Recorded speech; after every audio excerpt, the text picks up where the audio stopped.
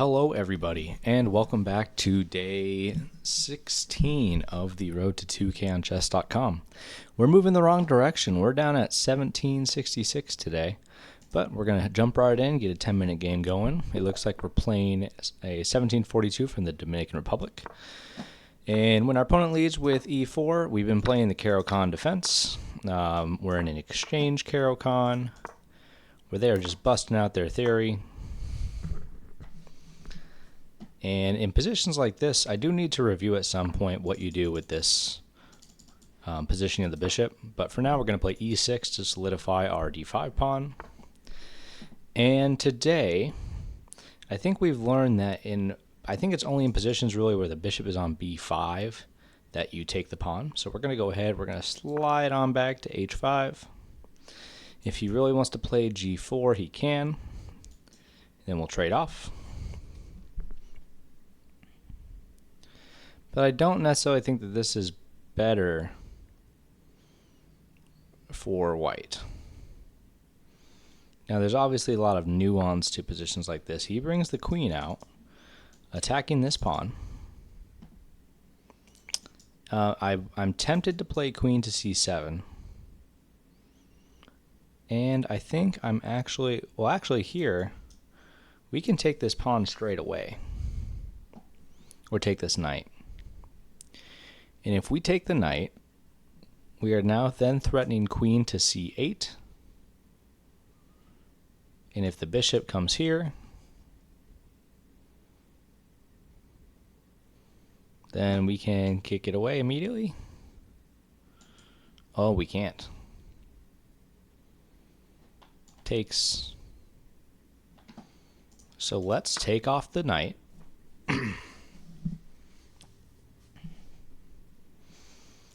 I feel like he's going to go for here. Yep. So he takes the pawn.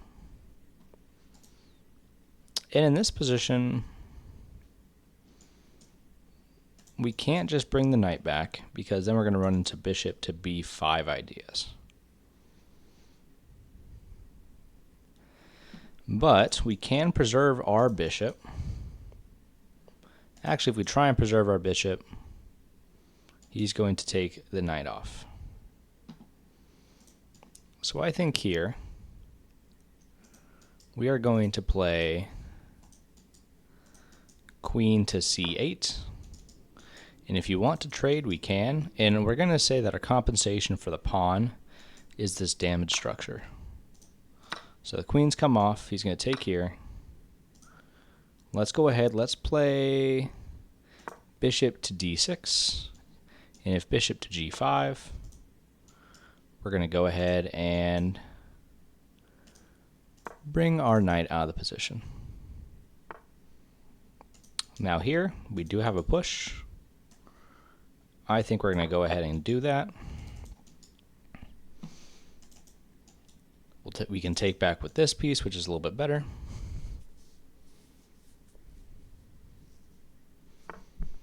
He comes all the way back. Let's go ahead. Let's castle. And if takes, we're going to play knight d captures e5 because this knight is the worst placed of the two. He moves his king to the side. His idea is going to be to play rook to g1 and attack us down this file. I don't know if we're super incredibly concerned with that yet. Honestly, ideas like f4 come to mind. f5 anyway, so we're going to play an immediate f5 and try and play f4, which would win this dark square bishop.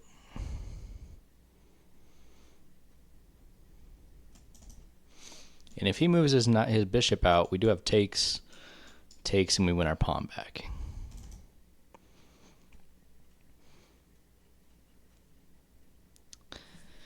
So one of the things that we do, I want to kind of point attention to while we're waiting on our opponent here is, you probably noticed on screen, is not do we only have, our actual board where we're playing, but we do also have in the top corner, up above me here and here, is chess.com, a proud partner and kind of group with the Phoenix Chess Club.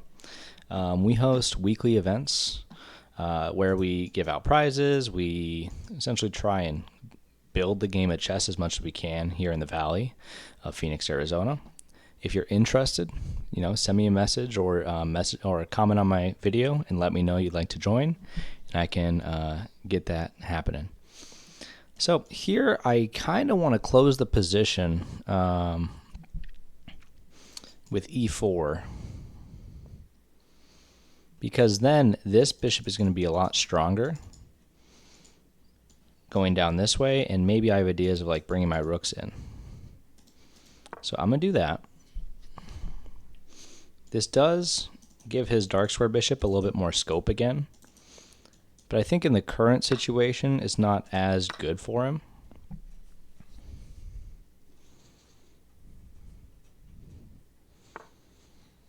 So he goes there. Fair move. Here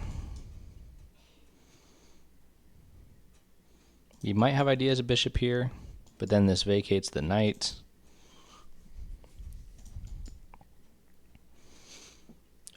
Kind of a tough one. What if we try and get to this outpost? And ideally I would like to play this move, but it's not possible. If I go here, maybe I didn't think this through enough, which is very likely, but we are trying to play a little faster than we have in previous games. If I go here, and he comes up, do we have time to swing our other rook over?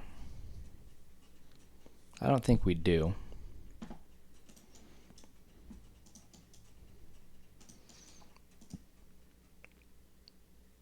I'm going to bring the knight, and if he wants to take here, he can take. Because I think this bishop is way stronger than this knight. So here's what we're talking about.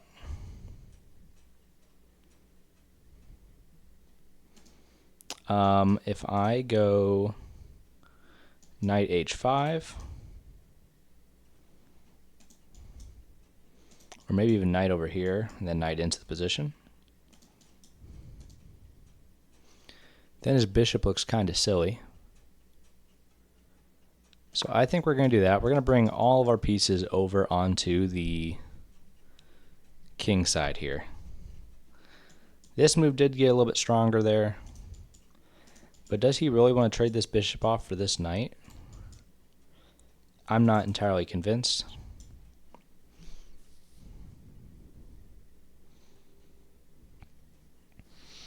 He does have the bishop pair in a semi-open position.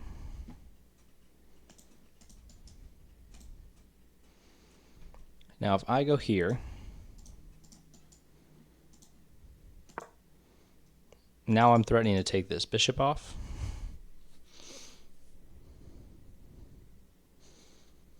And we can see already why getting your pieces to the correct side or the attacking side can be so strong. Is now, although we're down a pawn, it does feel like my opponent has to be very, very mindful in the position of his pieces getting stuck or really becoming ineffective. I might have knight here. Is it better placed there? Once again, maybe. Because here it's not doing a lot. So we're going to play knight to h5, which does also stop h4, h5 ideas. We're down about 3 minutes on the clock here, so we're just going to try and keep moving. I think the one big concern in our position is watching this diagonal, and he decides to attack us there. Now, I think we play knight into the position, which gets out of the way of this bishop move. And if he takes, we're going to take with the rook, and we're going to bring our second rook into the attack.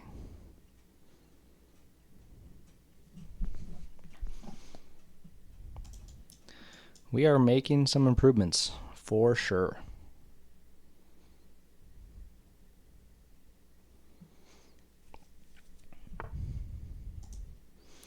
You know, it's fun. I was playing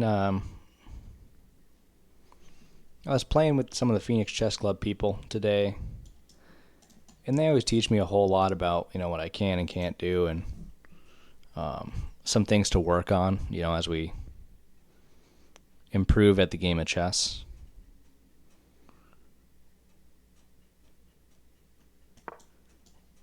And the strength of some of those players, it looks like I hung this pawn. I do need to be mindful of this fork.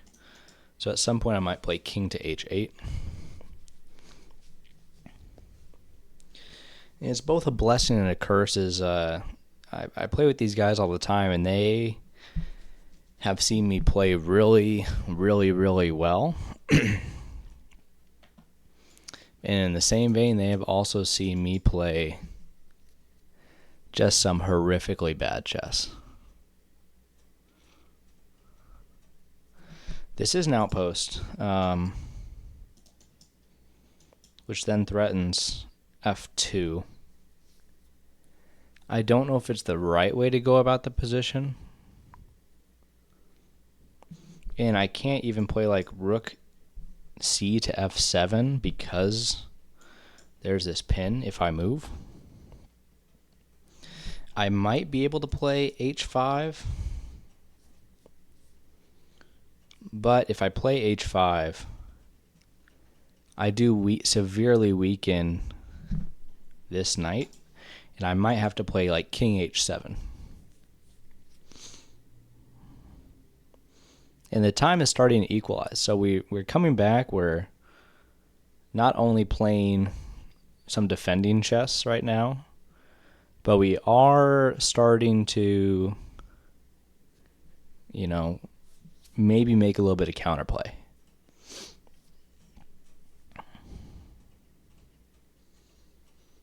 And our opponent's really in the tank here. I don't think it's easy to make a move. And I feel like the larger part is a lot of their pieces are better placed than ours. So in this position, when he plays this, my first instinct is if I play h5, it seems to me that bishop d1 is forced, and after king to h7, what's his next move?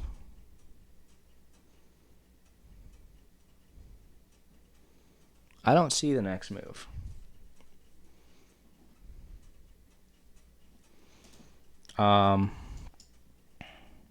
This is a forking square. But like I said, this bishop is too strong here, so I'm going to play h5. Try and force him to go back. Oh, interesting. So if I go here, he is going to take here, and we are in some trouble. But now we do have knight out. I also have this move, threatening here. But if I go there, he is going to take this. So let's save our knight first.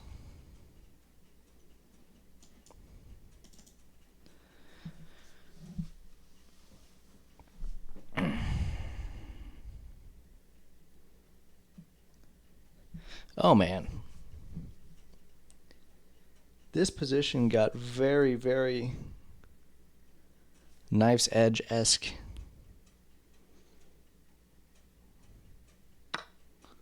A lot faster than I was expecting. Rook takes.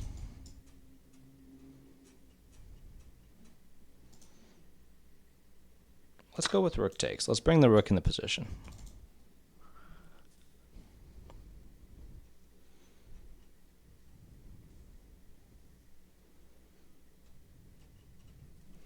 And if he goes rook g4, we're going to take the pawn, because after he takes the pawn, after I take the pawn, he takes our rook. I mean our knight. Rook check, rook here. Maybe we don't. Maybe we play bishop here.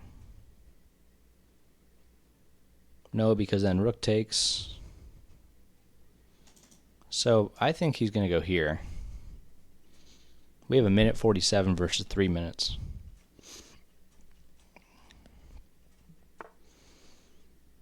Ah. I did not see that move. But is it that good? What if I play an immediate g6? That doesn't work.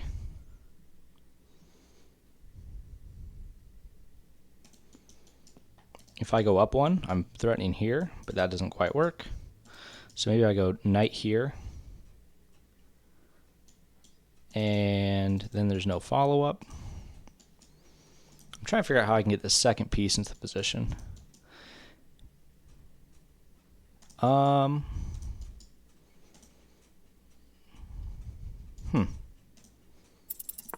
Okay, we're gonna go knight back. We're running out of time. We're running out of moves. Yep, he goes there. We're going to play knight here. Now we've hung a pawn, but he hasn't taken it. I'm going to bring my king up to defend this forking square.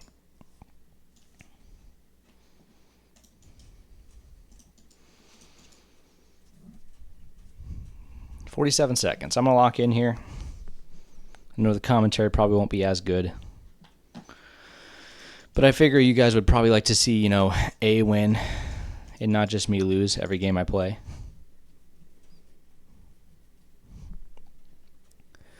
Because otherwise it's going to feel like I'm playing this just to humiliate myself in the rapid pool.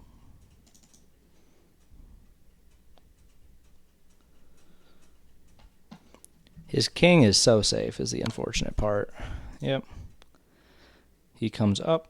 I'm just going to move my king up.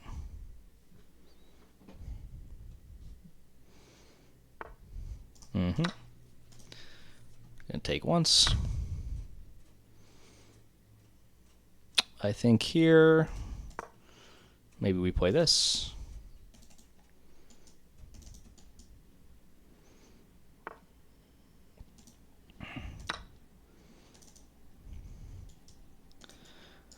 Oh man, lots of complications here.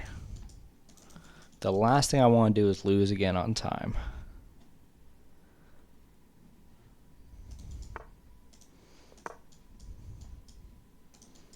If he goes there, is it worth taking with the bishop?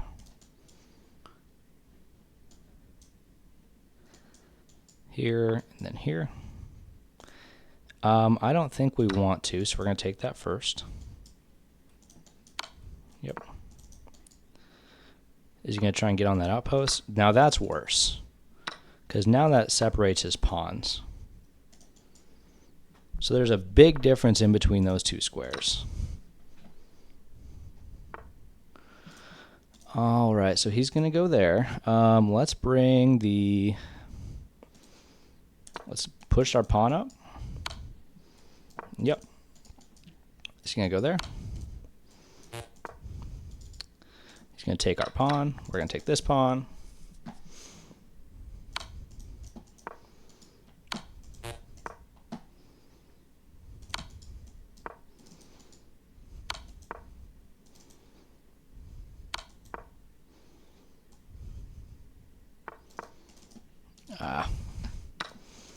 He did trick me there a little bit.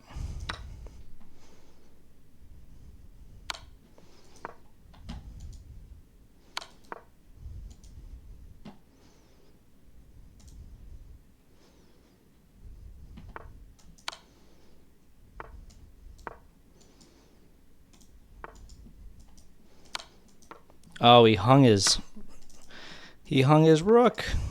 Oh. We just don't have any time here.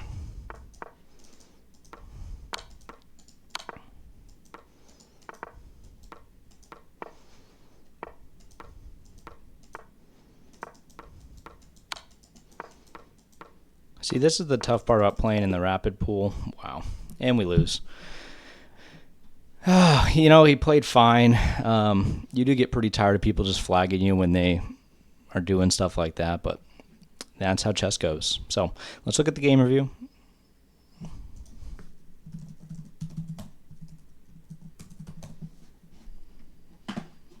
Click the wrong button, my bad.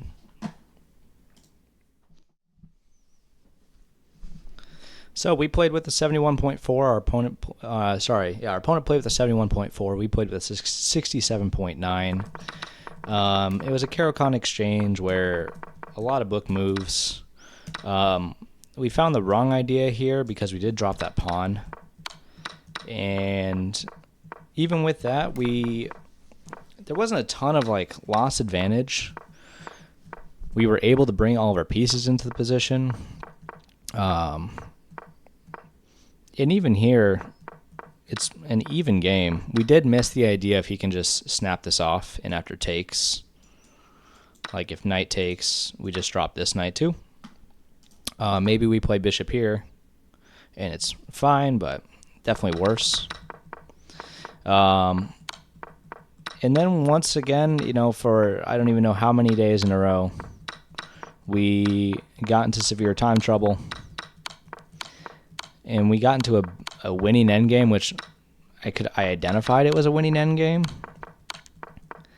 And then here we just miss knight takes, and then we'll start bringing the pieces. It's not easy to convert, but it's probably convertible.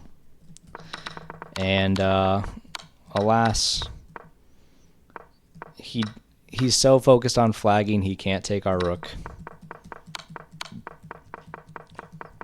And then we're trying to stay alive.